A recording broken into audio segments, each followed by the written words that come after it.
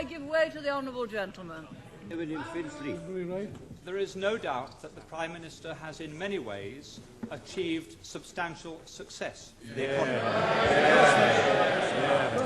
There is one statistic that I understand is not, however, challengeable, and that is that over her 11 years, the gap between the richest 10% and the poorest 10% in this country has widened substantially. That's right. How can she say at the end of her chapter of British politics that she can justify many people in a constituency such as mine being relatively much poorer off, much less well housed, and much less well provided than it was in 1979?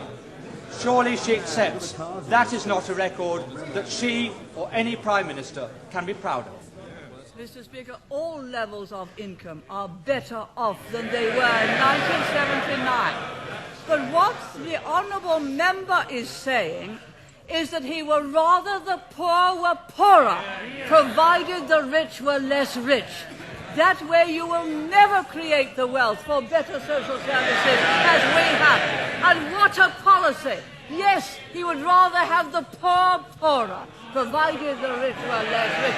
That is the Liberal policy. Yes, it came out. He didn't intend it to, but he did. I give way to the honourable gentleman. I'm extremely grateful. The Prime Minister is aware that I detest every single one of her domestic policies, and I've never hid that. And I think that the honourable gentleman knows that I have the same contempt for his socialist policies as the people of East Europe who have experienced it have it for theirs.